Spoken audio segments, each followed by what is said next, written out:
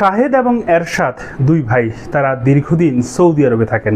তাদের মা সানোয়ারা বেগম খুব শখ করেছিলেন সৌদি আরবে উমরাতে আসবেন, আর ছেলেরা মায়ের কথা অনুযায়ী তার মা সানোয়ারা বেগমকে সৌদি আরবে নিয়ে আসলেন উমরা করানোর জন্য। উমরা করলেন এবং কিছুদিন ছেলেদের সাথে বেশ ভালো একটা সময় কাটালেন। কিন্তু যখন তারা ফিরতে চাইলেন তখনই ঘটল এক হৃদয় বিদারক ঘটনা।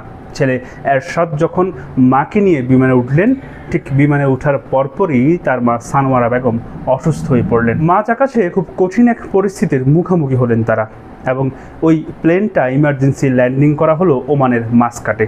কিন্তু তার মা সানোয়ারা বেগম ওখানেই শেষ নিঃশ্বাস ত্যাগ করলেন। অনেক চেষ্টা করেও তাকে আর ফেরানো সম্ভব হলো না। মায়ের লাশ সাথে নিয়ে আসতে চাইলেন এরশাদ, কিন্তু আইনি জটিলতার বিভিন্ন কাগজপত্রের সমস্যার কারণে তার মায়ের লাশ ওমানের মাসকাটে আপাতত রাখা হলো। মায়ের লাশ সেখানে রেখেই ছেলে এরশাদ দেশে ফিরে আসলেন।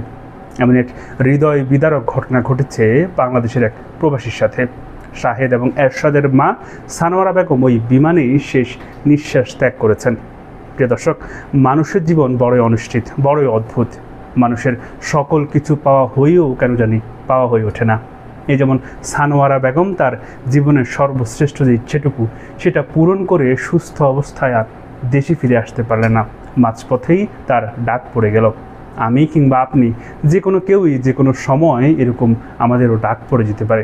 আমরাও চলে যেতে পারি এই দেশ ছেড়ে, এই পৃথিবী ছেড়ে। প্রিয় দর্শক, এই ঘটনাটি খুবই হৃদয় বিদারক এবং মর্মান্তিক। ঘটনাটি আপনারা শুনে আপনারা কি অভিমত ব্যক্ত করেন অবশ্যই আমাদেরকে জানাতে পারেন। আপনাদের এই বিষয়ে অভিমত কিংবা মন্তব্য কমেন্ট বক্সে জানাতে পারেন। এতক্ষণ আপনাদের সাথে ছিলাম আমি মহিউদ্দিন রবিন। আশা করি সবসময় আমাদের পাশেই থাকবেন।